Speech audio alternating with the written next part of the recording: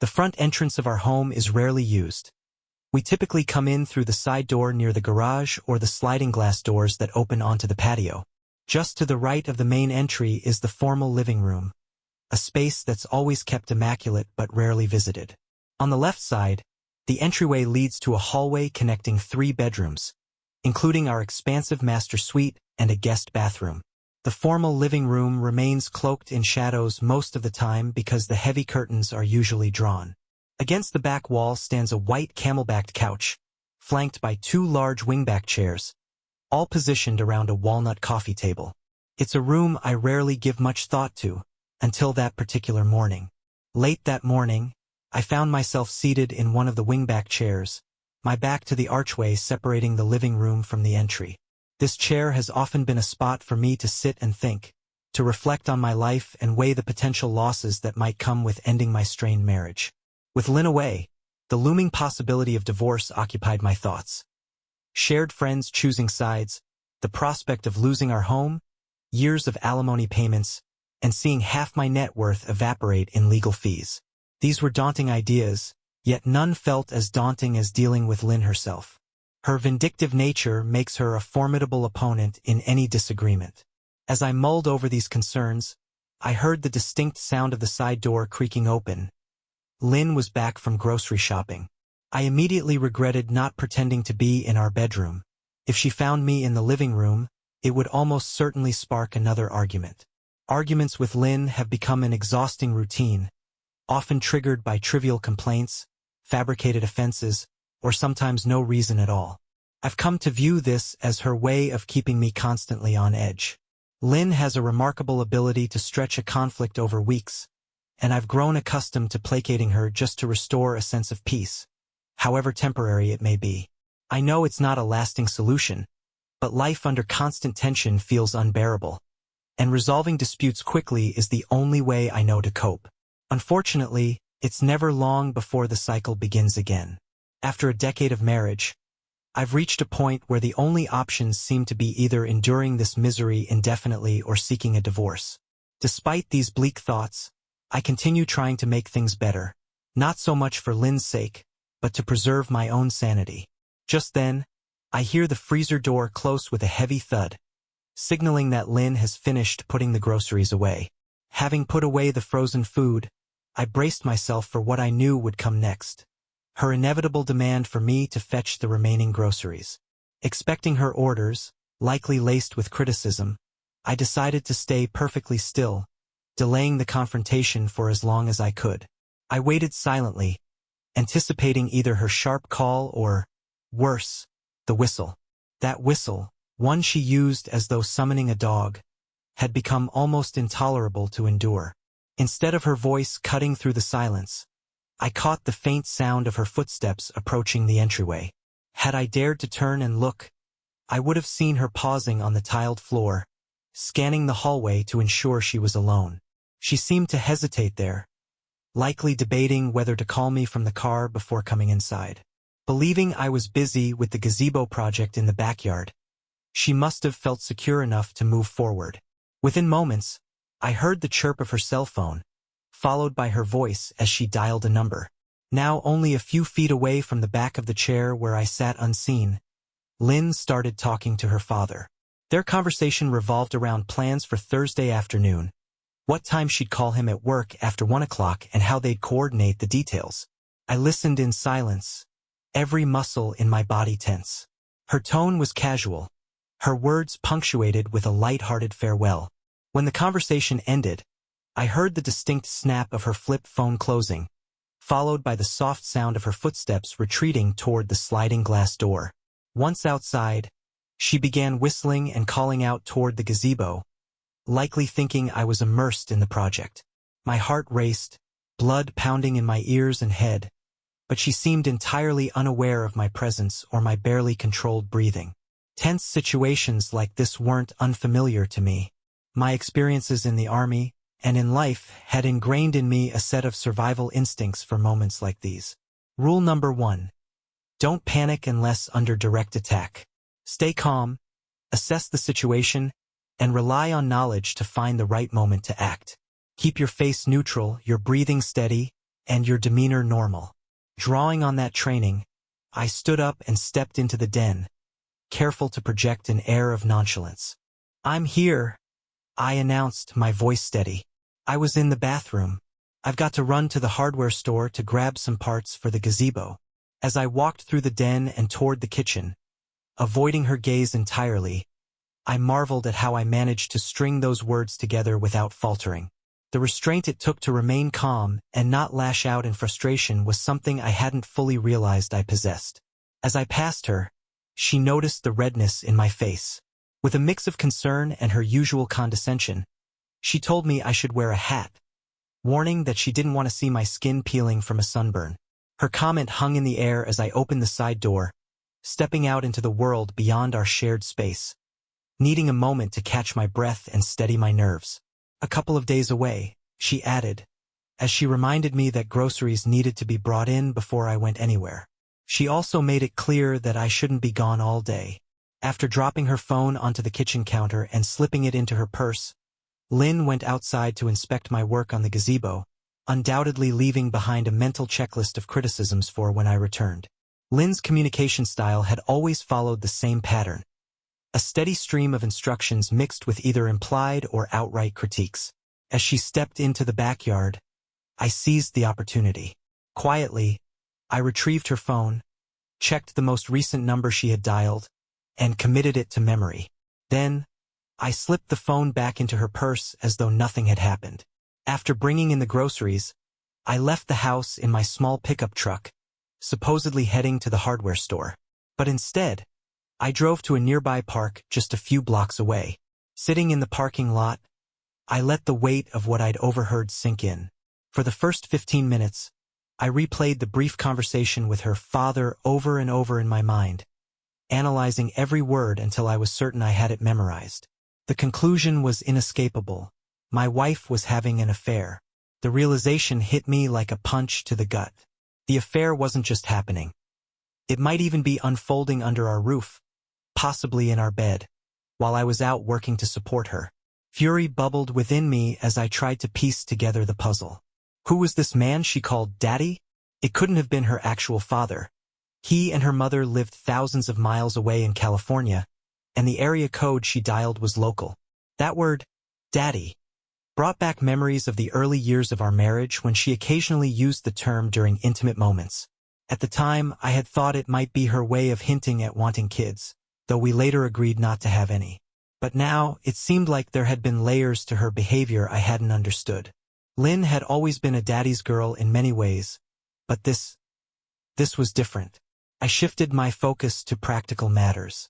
If this man planned to meet her on Thursday, as the call suggested, he would likely come through the back gate and down the alley. I considered lying in wait for him there, ambushing him before he even reached the house. But what then? How would I handle Lynn after that? If he was coming on foot, his car would have to be parked nearby. It dawned on me that the park I was sitting in might be where he'd leave his vehicle. Identifying him became my top priority. Calling the number she had dialed was the most straightforward option, but it couldn't come from me directly. I needed someone else to make the call, someone who could pass it off as a mistake while probing for information. A woman, I thought, would be the best choice for such a task. But who could I trust to do this? Who might already know something about this affair? The answer was obvious. Sue, Lynn's best friend. If Sue didn't know, then it was unlikely anyone else did. Lynn's sister was out of the question. Their relationship had been strained ever since her sister's messy divorce and subsequent fallout with the family. But could I trust Sue? I'd known her just as long as I'd known Lynn, and she had always been friendly toward me. Still, women often prioritize loyalty to each other over any allegiance to their spouses. Sue was married to Nick, a man 15 years her senior. Together, they seemed like the epitome of a loving couple. Nick was a good guy, someone I respected, even if we weren't particularly close. If Sue knew anything, would she tell Nick? And if she did, would Nick share it with me? I believed Nick to be an upstanding man, the kind who would have warned me if he'd suspected something was going on. I decided that Nick was my best shot. To reach him, I needed to head to the golf course where he spent his semi-retirement working as a Goodwill ambassador on Saturdays. In exchange for his time, he got to enjoy free rounds of golf during the quieter weekdays. As I drove to the course, I rehearsed my approach. I couldn't just blurt out my suspicions. What if the news got back to Lynn? This had to be handled delicately. I knew I had to tread carefully. If anything I said to Nick made its way back to Sue, and from Sue to Lynn, the fallout would be disastrous. Riding in a golf cart with Nick as he checked on conditions near the 7th hole, I decided to ease into the topic. I posed a hypothetical question, asking how he approached confidential conversations. Would he feel obligated to keep something private, or would he share it with Sue? Nick shot me a puzzled look, his eyes narrowing slightly as the cart rolled forward a few more yards in silence. I clarified my question, framing it as a purely hypothetical scenario. Do you and Sue always share things people tell you in confidence? I asked, trying to sound casual. Nick stopped the cart, pulling over onto the grass. Turning to face me fully, he fixed me with an intense, almost expectant expression. Do you have something specific you want to ask me? He said, his voice steady but tinged with curiosity. If you do, just ask. His demeanor made it clear he suspected there was more to my question. I took a moment to collect myself before responding. If I were to ask you something personal, I began cautiously, could you promise to keep it between us? I assured him that I wouldn't lie to Sue if she directly asked me about our conversation, but I also wouldn't bring it up on my own. I explained that this was my guiding principle. I could keep a secret, but I wouldn't deceive my wife's friend outright. Nick studied me carefully, his expression unreadable. It felt as though he was weighing his own response, deciding how much to trust me. There was something in his eyes that made me think he already knew where this conversation was headed. Finally, I mustered the courage to ask outright. Nick, I said, my voice low but steady, do you know anything about my wife having an affair? Has Lynn ever done something like that, either recently or in the past? For a moment, he was silent, but then his words spilled out like water from a bursting dam. There's something you need to know, he said, his tone grave. It happened last New Year's at the Holden's party. I listened intently as Nick recounted the story. Everyone had been outside preparing for the fireworks display when Sue, who rarely drank, started feeling sick from the champagne. She excused herself and went upstairs to the bathroom on the landing. While she was in there, she heard someone trying the doorknob. Feeling unwell and assuming someone else might need the bathroom, she quickly cleaned up and stepped out. As she moved into the hallway, she heard strange noises coming from farther down, near the bedrooms at the far end. Concerned that someone else might be unwell, Sue walked down the hall to check. What she saw left no room for doubt. Lynn was at the end of the hallway, Nick said, his voice dropping. She was up against the wall and some big guy. He paused, clearly uncomfortable. There's no polite way to put this. He had her pressed up against the wall, and it wasn't exactly a private moment. Nick's words hung in the air like a heavy weight. My stomach churned as the image painted itself in my mind. I struggled to process what I was hearing, but deep down, I knew Nick wasn't exaggerating or making it up. He had no reason to. Lynn was pressed against the wall, her legs wrapped tightly around the man's waist. When she spotted Sue standing there, instead of reacting with shock or embarrassment, she simply smiled and gave a dismissive wave, as if to say, "Get the hell out of here." On the way home from the party, Sue shared what she'd witnessed with Nick. Given her long-standing friendship with Lynn, Sue felt conflicted. She believed the matter needed to be addressed, but she also felt obligated to speak with Lynn before taking any drastic steps. While Sue eventually suggested that Lynn should come clean to me, the situation played out differently. Sue later confronted Lynn, who claimed the incident was a one-time mistake fueled by alcohol, a heated argument between the two of us, and the aggressive advances of Buddy White. Buddy, as Lynn described, was a wealthy bully with a reputation for crossing boundaries. Lynn insisted that it had never happened before and would never happen again. Aware of Buddy's unsavory reputation, Sue reluctantly agreed to keep the incident under wraps, reasoning that exposing it might destroy our marriage over what she believed to be a singular lapse in judgment. However, Nick had made one thing clear to her. If I ever came to him directly with questions about Lynn's faithfulness, he wouldn't lie to protect her. Now, as Nick relayed the story to me, he confessed that the secret had weighed heavily on him for months. "I can't tell you how relieved I am to finally get this off my chest," he admitted, his voice heavy with emotion. "But I'm really sorry, man. I hate that you're going through this. Unfortunately, it doesn't seem like it's over." Nick went on to explain that Sue had been deceived. Lynn hadn't ended the affair as she'd claimed. He'd overheard her talking to Buddy, or perhaps another man, on the phone just an hour before I'd arrived at the golf course. "We need to head back to my place," Nick said. "Sue needs to hear this too. I think she'll want to help you figure out what's going on now." We left the golf course in separate vehicles, heading straight to Nick and Sue's house. When we arrived, Nick pulled Sue aside and told her everything. Sue sank into a chair, tears streaming down her face as the weight of her friend's betrayal hit her. She'd always hoped for the best in my marriage to Lynn, and she'd wanted to believe that the affair was nothing more than a drunken mistake. But learning that the affair had continued, or possibly evolved into something new, changed everything. Sue's tears eventually gave way to anger, a profound sense of betrayal washing over her. She admitted that she'd placed her trust in Lynn's assurances and had based her decision to stay silent on what she now realized was a lie. "Sue, there's something I need your help with," I said, my voice steady despite the storm of emotions brewing inside me. "I've got the number Lynn called earlier. Could you call it for me? Pretend it's a wrong number and try to find out who this guy is. I need to know for sure who she's involved with now." Sue, a remote editor with a PhD in English literature and a flair for theater, was well equipped for the task. She was already devising a plan, drawing on her acting skills and sharp social engineering instincts. "I'll use my flawless English accent," she said with a determined look. "Nobody ever forgets it. Let's see what we can uncover." Sue dialed the number, putting the call on speakerphone. After a brief pause, a familiar voice answered, "Hi, this is Buddy White." Sue blinked, momentarily caught off guard. "Sorry, wrong number," she said curtly before hanging up. She let out a frustrated sigh, her carefully crafted scenario falling apart in an instant. "Well, that was thoroughly unsatisfying," she commented. Though the conclusion was undeniable, Lynn hadn't ended her affair with Buddy White. This revelation added another damning piece of evidence to the growing pile, but it also solidified my determination to act.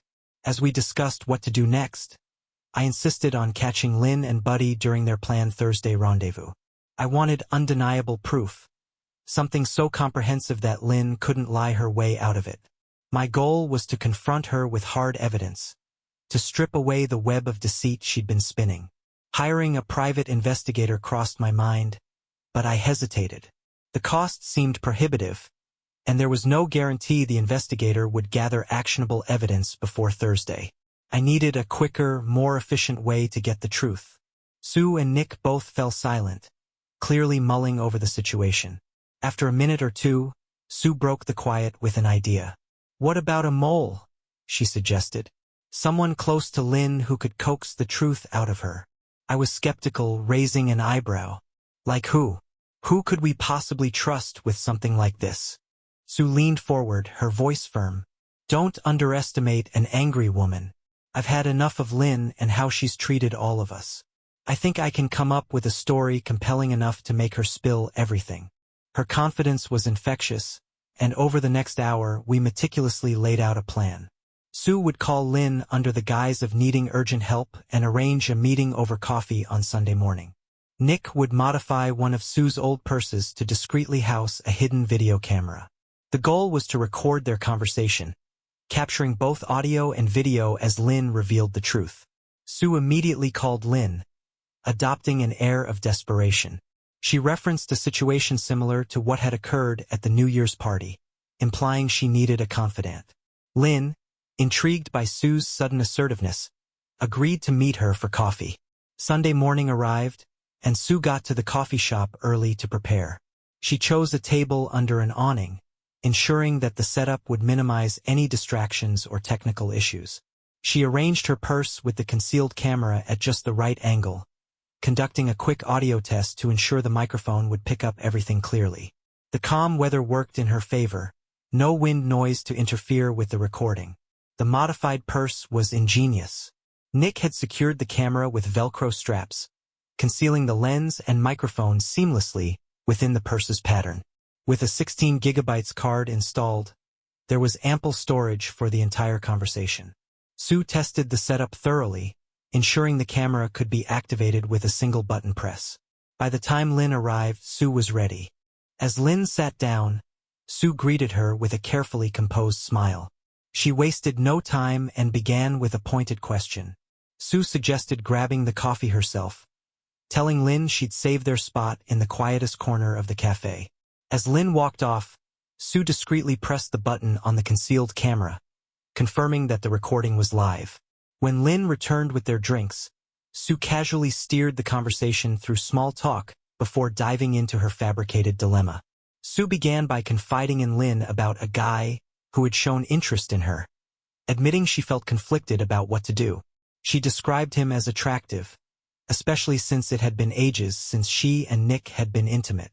Nick completely trusts me, Sue added, and I've never cheated on him, but I don't know. Lately, I've been feeling tempted. I wanted to know how you felt after the New Year's party. Did you regret it at all? Lynn's response was startlingly enthusiastic. Oh, you should go for it, girl, she exclaimed. Honestly, I can't believe you haven't done this sooner. Nick's a nice guy and all, but let's face it, he's past his prime. You're still young and cute. I've always admired the way you look, but I never understood why you waste your time with Nick. Sue, stunned by Lynn's lack of remorse, pressed further. But wasn't the New Year's thing just a one-time mistake? I mean, was it really just that? Lynn leaned in, her tone conspiratorial. Honey, I won't lie to you, she said with a sly smile. I had to tell you that back then, or you might have spilled the beans. But now that you're in the same boat, oh, we can totally share this. Trust me, you're going to love it. In fact, I'm so into this idea, I'm already thinking about trying it again myself. Sue feigned intrigue, asking, so how did it even start with you and Buddy? Are you still, seeing him? Lynn laughed, clearly relishing the opportunity to share. Oh, absolutely, she admitted. It started at the Holden's Halloween party, 2 months before New Year's. Buddy couldn't take his eyes off me all night. We ended up sneaking off to the landing and, well, one thing led to another in the bathroom. Let's just say Buddy has qualities. She leaned back with a self-satisfied grin. And yes, I'm still seeing him. In fact, he's coming over next week. Right to my bed. Sue maintained her composure, carefully steering the conversation toward me. What about Paul? Doesn't that make you feel guilty? Lynn rolled her eyes dismissively. Guilty? About Paul? No, Sue, you've got it all wrong.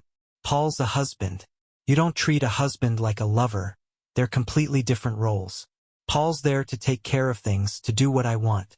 Buddy's there for the real passion. You can't confuse the two. She continued, her tone cold and calculating.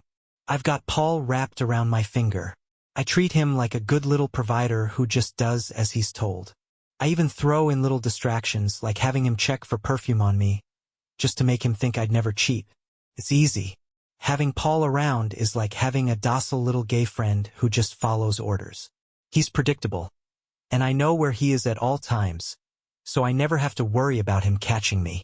Sue listened, her stomach churning at the casual cruelty in Lynn's words. But she remained focused, knowing that every detail Lynn revealed would soon be in my hands.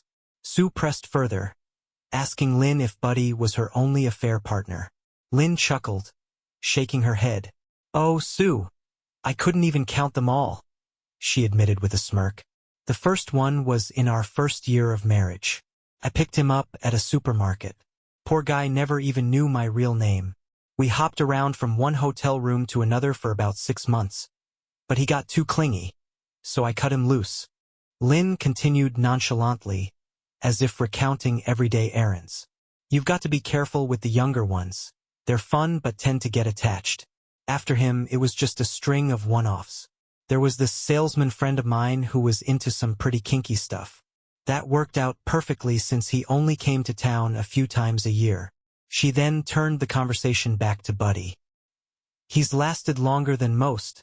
I'll give him that, she said with a smirk. He's a hound with, let's just say, the right kind of tool for the job. Plus, he's married to some clueless woman who's too busy working to realize what he's up to. I control when he comes over. Buddy knows the rules. I call the shots. At this point, Lynn asked Sue about her new conquest. Sue launched into her rehearsed story about her fictional lover, Rod. Though the details were unimportant, she crafted them convincingly enough for Lynn to believe every word. Take full advantage, Lynn urged, her tone full of encouragement. Sue, feigning amazement, said, I don't know how you do it. I don't think I could ever treat Nick the way you treat Paul. Lynn shrugged, offering her justification. It's just nature, Sue. Think about the animal kingdom. The dominant ones rule the pack while the rest fall in line. That's how it is with Paul. I'm the alpha and he's just, well, he's part of the pack. You could have the same dynamic with Nick. Start with Rod. Enjoy every moment, and trust me, Nick will still be there. He'll naturally fall into his submissive role, and you'll have your freedom. Lynn briefly touched on the practical concerns of extramarital escapades. What about STDs? You're being careful, right? She asked. Sue responded, still playing along. Most of the time, I make sure the guy uses protection. But with Buddy, it's different. He's so aggressive. She then shared a fabricated scare about experiencing discomfort after being with Rod, mentioning a visit to the doctor. Turned out it was just irritation from being a little too rough, she said, throwing in a laugh. Lynn nodded in understanding and shared her own experience. I had a gonorrhea scare once, she admitted casually. After that, I got a lot more careful. But Paul? He's easy to manage. I just distract him with something like guitar lessons with his buddies. Keeps him busy and out of my hair.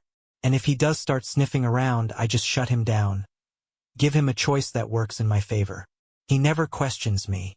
Sue skillfully redirected the conversation to a close, eager to get the recording back to Nick and me. Thanking Lynn for her advice, she excused herself and left for home. When Sue returned, we all sat down to watch the recording together. The footage was damning. Nick and Sue were appalled, unable to reconcile the Lynn they'd known for years with the woman in the video. Her callousness, manipulation, and lack of remorse were chilling. I was shocked, though less so than Nick and Sue. After living with Lynn for years, I'd learned that she was capable of just about anything. Sue, however, couldn't hide her disappointment as she brought up Anita White, Buddy's wife. Do you think Anita knows? She asked, her voice filled with concern. The question hung heavy in the room. Should we inform Anita about Buddy's affair with Lynn? Or would doing so only escalate an already volatile situation? It was a dilemma we couldn't ignore. Sue speculated on how Anita might react, describing her as a deeply unhappy woman who seemed weighed down by her husband's reputation as a bully. I can't tell if Anita is completely cowed by him or just biding her time, Sue mused. She also worried that involving Anita might complicate matters and potentially expose our plans. Still, she believed Anita deserved to know the truth, though she sought Lynn's advice on how to proceed. Before leaving, Sue thanked us for helping her navigate this delicate situation and emphasized that she would handle the conversation with Anita herself. Please don't do anything reckless, she urged me, her voice firm but compassionate. I acknowledged the mistakes I'd made over the past decade but assured them both, I'm not planning anything violent or rash. I'll deal with this in my own way. I requested complete confidentiality and asked everyone not to answer if Anita tried to contact them. I'll take full responsibility for whatever comes next, I said, my tone resolute. Later that evening, Sue made the difficult call to Anita White. Introducing herself, she reminded Anita of their brief conversations at the Holden's parties and asked if Anita was in a place where she could talk freely. Once Anita confirmed, Sue gently broached the subject. I hate to be the one to tell you this, Sue began, but Buddy has been cheating on you with someone I know personally. I thought you deserved to hear it from me rather than finding out some other way. A heavy silence followed, broken only by the faint sound of sniffles and stifled sobs on the other end of the line. After a long pause, Anita spoke, her voice filled with frustration and pain. She admitted that Buddy had been unfaithful before, claiming to have resolved those issues over a year ago. She had taken him back on the condition that if he ever repeated his mistakes, their relationship would be over. Sue offered her sympathy and support, assuring Anita that she didn't have to face this alone. "I'm here to help in whatever way you need," Sue said sincerely. Anita, though clearly devastated, began outlining her plan. She explained that her prenuptial agreement contained a clause that left Buddy with nothing in the event of a divorce due to proven infidelity. "He's useless outside of these social events," Anita said bitterly. "His only talents are showing up at parties and cheating on me. This time, I'm making sure he faces real consequences." When I later spoke with Anita, she remained composed, determined to gather concrete evidence before taking action. She expressed her willingness to wait a few days to ensure everything was in place.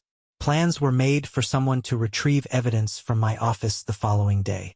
On Monday at 1 p.m., I arrived at Sue's office, where Anita was waiting. Introducing myself, I placed the video camera on her desk and queued up the recording. Though the screen visibility was faint, the audio was crystal clear. As the damning conversation between Lynn and Sue played out, Anita's tears began to flow. I offered a quiet gesture of comfort, acknowledging how painful it must be for her to hear confirmation of her husband's betrayal. "I'm sorry," I said softly. "I know this can't be easy, but you deserve the truth." Anita nodded, her composure gradually returning. "It's not surprising," she admitted, her voice laced with exhaustion. "I've known what kind of man he is for years. But this—" she trailed off, shaking her head. I then outlined my own plans to confront Lynn and Buddy, making it clear that any participation from her side was entirely up to her. I made it clear to Anita that her participation was entirely optional, but I extended the offer nonetheless. Anita opened up about the years of intimidation she had endured at Buddy's hands. Her voice was resolute as she expressed her desire to turn the tables and make him suffer for what he'd put her through. When the topic of potential violence came up, I assured her, "Things might get messy, but I have no intention of causing real harm." After our meeting, returning to work felt like a chore. My mind kept drifting back to the video, haunted by Lynn's cruel and calculated words. While part of me acknowledged there was some truth to her criticisms of my conciliatory nature, I couldn't help but feel wounded. I understood how she perceived me as a pushover, but that didn't mean I had to accept it.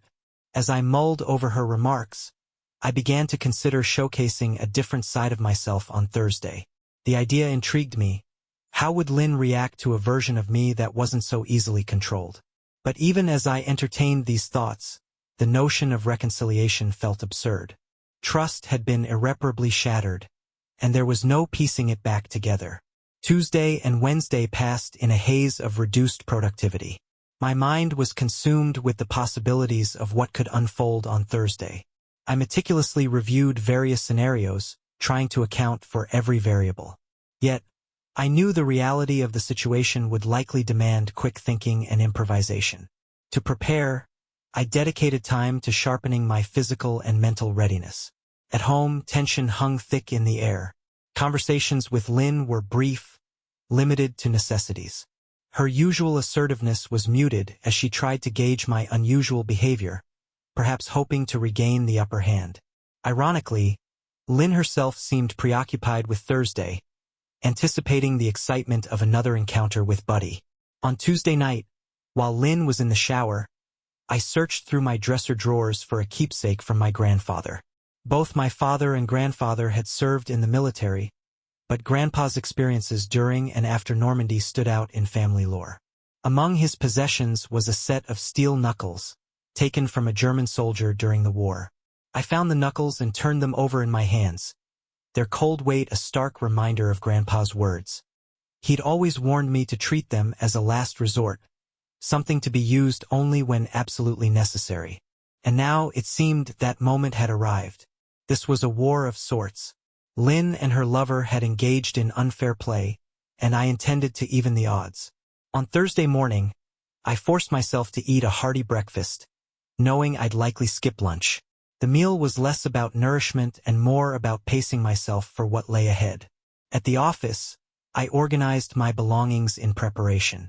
I moved a few key items to the guest bedroom, readying myself for any scenario, whether Lynn waited in the backyard or returned inside after opening the gate. Either way, I was prepared to adapt. As I paced the room, the steel knuckles sat ominously on my desk. Their presence stoked a controlled anger within me, a simmering resolve that carried me through the day. By 1 o'clock, I changed into jeans, a t-shirt and sturdy running shoes, checking my pockets for essentials. Phone, keys, wallet, and the knuckles. Before leaving, I called Lynn from my desk phone to preempt any questions or suspicions. Keeping my tone calm and casual, I explained that I'd be in meetings and might not be reachable for a while. I even mentioned a possible delay in getting home. Lynn seemed to interpret the call as a return to my usual docile self, and her relaxed tone suggested she was pleased. Perhaps she even thought I was setting the stage for a reconciliation, an idea that only deepened my resolve. By 1:45, I was in position, hidden behind a fatina bush at the far end of the house, away from the garage. My muted phone displayed the time as I waited nervously, my breathing steady but my pulse quickening. Moments later, Lynn emerged from the house, her demeanor casual yet anticipatory. Lynn stepped into the backyard, dressed in nothing but a string bikini. She strolled to the back gate, unlocked it and surveyed the alley. After ensuring the coast was clear, she shut the gate and reclined on a lounge chair beneath the pecan tree. This was the signal I'd been waiting for. Earlier, I'd left the side gate slightly ajar to ensure a quick entry. Slipping back through the opening, I circled to the front door. Using my key, I entered the house, walking over the very spot where, just days earlier, my wife's betrayal had been fully exposed. I headed to the spare room and grabbed a cordless drill along with some hardware. From there, I went straight to the master bedroom.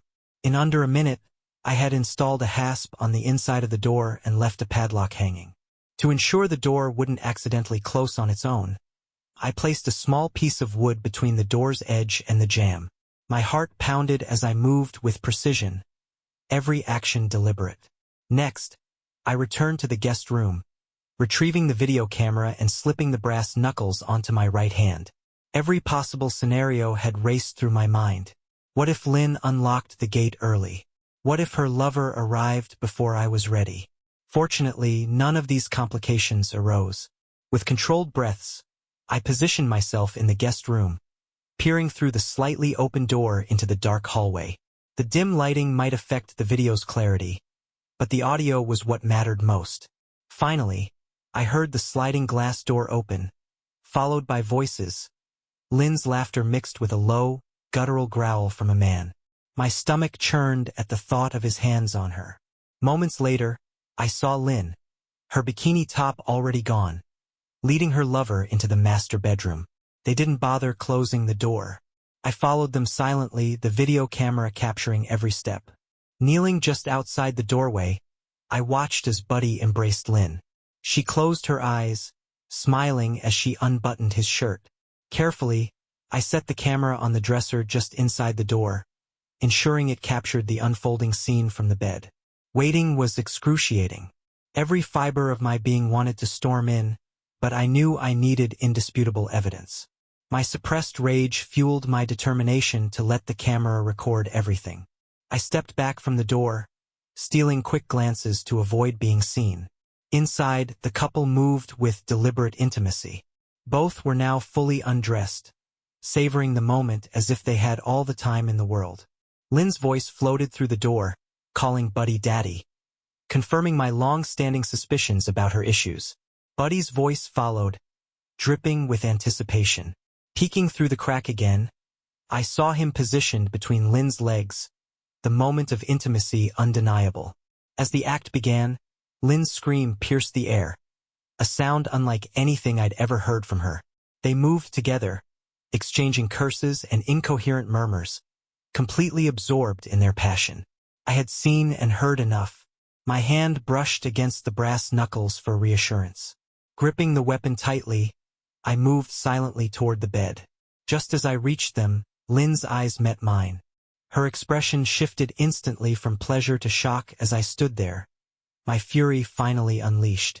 I lunged forward and shoved Buddy hard in the ribs, sending him tumbling off the bed as Lynn screamed. His shocked expression morphed quickly into anger as he clambered to his feet, his bullying nature rising to the surface. He pointed at me accusingly, yelling incoherently about my audacity to interrupt. Lynn, still on her knees and clutching the covers to her chest, shrieked for me to leave and not hurt him. Buddy mistook my initial step back as a retreat. He moved toward me, rounding the far corner of the bed with confidence. But I wasn't retreating, I was preparing.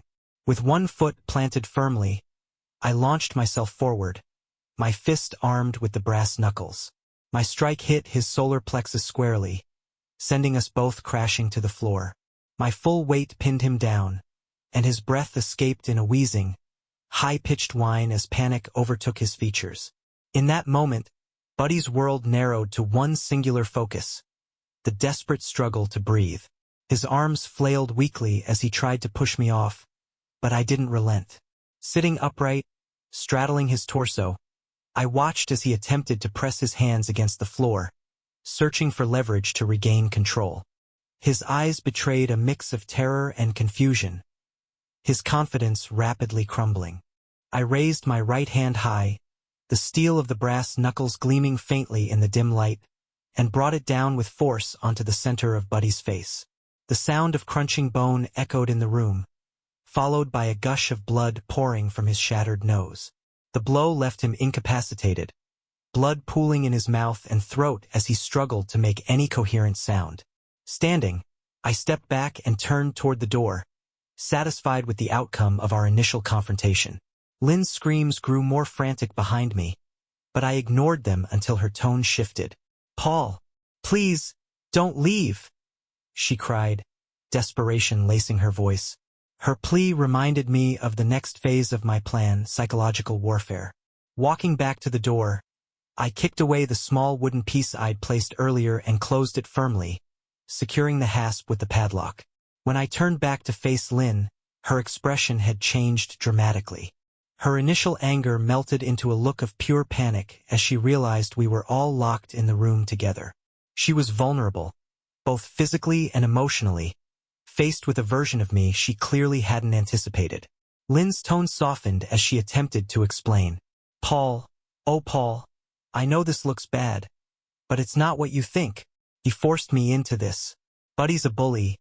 He threatened to hurt me, to hurt you. He said he'd destroy you to have me. I didn't want this.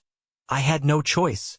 Her words tumbled out in a frantic rush as I approached the bed slowly, maintaining a calm and stoic demeanor. I dismissed her excuses with a firm, measured voice. "Shut up. You're lying," I said coldly. "I know you've been involved with him for months. Don't insult me by pretending this just happened." Turning my attention to Buddy, who lay groaning on the floor, I knelt down to assess his condition. Blood dripped steadily from his ruined face, and his gurgling breaths were labored but steady. I had no intention of killing him. Hurting him was enough.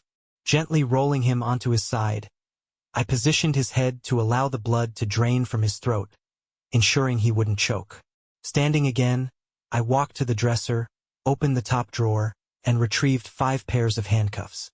The next phase of my plan required precision, and I was ready to see it through. I proceeded to restrain Buddy by fastening his wrists and ankles to the bed frame using 4 pairs of handcuffs.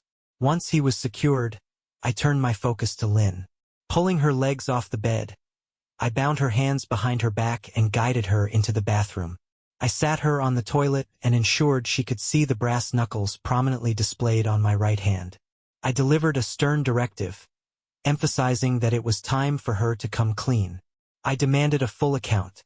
How she had met Buddy, her reasons for betraying me, and the justification she thought she had for such deceit. Additionally, I pressed her for details about other affairs she may have had over the past decade, making it clear that we had the entire afternoon to delve into her actions. Lynn hesitated before beginning her explanation, clearly weighing her options.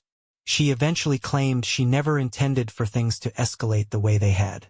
According to her, an imposing and assertive man approached her during a party at the Holdens and lured her upstairs. She painted herself as a victim of his persistence, claiming she found herself in a vulnerable situation without anyone to intervene. Curious, I pressed for specifics. Which party was that? I asked sharply. Lynn's discomfort grew, and she speculated aloud. It must have been Sue or Nick who told you, she said, visibly uneasy. But Sue didn't see much, only the New Year's party. She doesn't know what really happened. I countered her weak defense, reminding her that I knew about Halloween and the over 20 encounters she'd had since. Determined to uncover more, I asked who might have revealed her secret. With a mix of defiance and venom, Lynn snapped, "You'd be surprised how many people might know. Do you think Buddy hasn't bragged about this? Maybe he's told someone, or maybe it's one of them. But if Sue said anything, if she's the one who told you, I'll claw her eyes out for this." Her hostility confirmed my suspicions, and her anger only deepened my determination to get to the bottom of her deceit. "But I know something about Sue that will destroy her marriage," Lynn hissed, her voice venomous. "And I'll use it, you can bet on that." She went on to claim credit for fabricating the fictional lover Rod, supposedly for my benefit. According to her, the conversations surrounding Rod were orchestrated to pry information out of me, with Sue secretly recording the entire exchange and storing it across multiple DVDs, ready to be distributed if necessary. Lynn clarified that Sue hadn't initially shared the full situation with her and had provided no explicit details regarding the revelations about the New Year's party.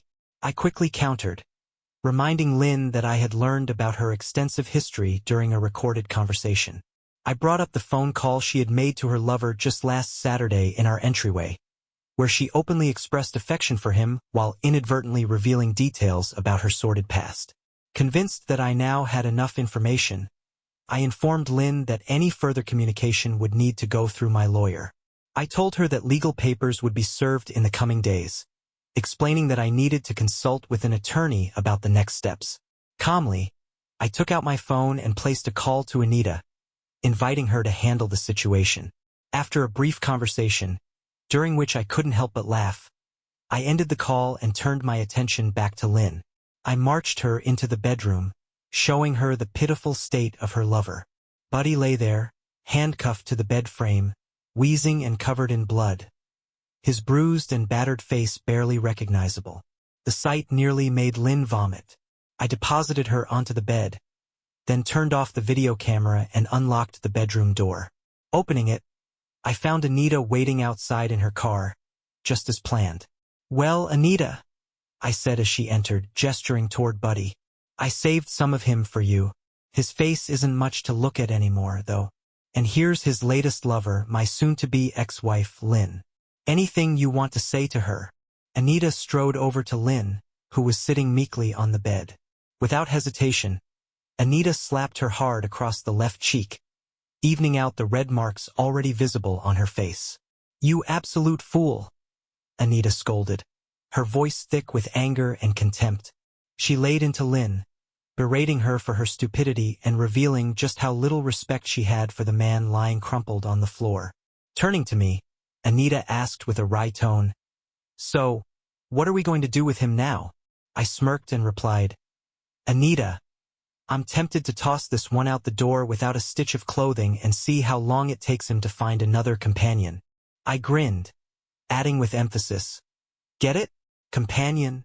Anita, with a wry grin, expressed relief that Buddy's tool had been spared for my handling. I joked about my new, razor-sharp hunting knife, suggesting that I could cut it off and gift it to Lynn, since she seemed to adore it so much. I even considered securing his balls in a safety deposit box, for the sake of protecting women in town from his antics. I noted my intention to enforce the terms of my prenup, likening it to putting Buddy's metaphorical balls in a vice. If he was caught cheating, the agreement would leave him with nothing. However, I hinted that I might toss him a few crumbs just to ensure cooperation. Anita and I agreed to escort him to the hospital with a fabricated story about finding him injured in the garage. This would keep him compliant, as he knew any resistance could leave him penniless. As for Lynn, I commented on her attachment to her father, wondering aloud if there was more to their relationship during her childhood. Though I lacked concrete proof, I speculated that if our divorce became messy, her father might disinherit her, just as he had done with her sister, to protect his reputation and their substantial family fortune. Even post-divorce, I planned to hold onto the damning videos, keeping them as leverage if necessary. Lynn needed to understand that I wasn't someone she could easily manipulate anymore. I decided to let her get dressed and leave, instructing her to take her car and find somewhere to reflect. Before she left, I handed her a quarter, mocking her with the sarcastic remark, "For a two-bit fancy woman, it's all you'll need." I also cautioned her that her ATM and credit cards wouldn't work, leaving her to figure out her next steps without relying on me. Anita and I maintained a distant friendship, occasionally reaching out to each other during tough times. Neither of us was in a hurry to dive into another relationship after the messes we had endured. Reflecting on the ordeal, I admitted to myself that my harsh treatment of Lynn wasn't the real me. The situation had brought out a cruelty I didn't know I was capable of, much like a soldier in the heat of war. Still, I had no regrets about what I'd done to Buddy. His ruined face, though mostly repaired through Anita's insurance, would forever serve as a reminder of his actions. She eventually cut him loose, giving him slightly more than the prenup required, though his efforts to charm new women were met with little success in the months that followed. Meanwhile, my depression deepened, and I faded from social circles. Lynn accepted a fair settlement and moved in with her sister to try to rebuild her life. She struggled with the weight of her miscalculations, often feeling nauseated when watching nature documentaries that mention predators, alpha dogs, or pecking orders. Those terms triggered memories of that night, of Buddy and me, and haunted her with nightmares. Though Lynn occasionally found herself missing me, I felt no such sentiment toward her. The damage was done and there was no going back.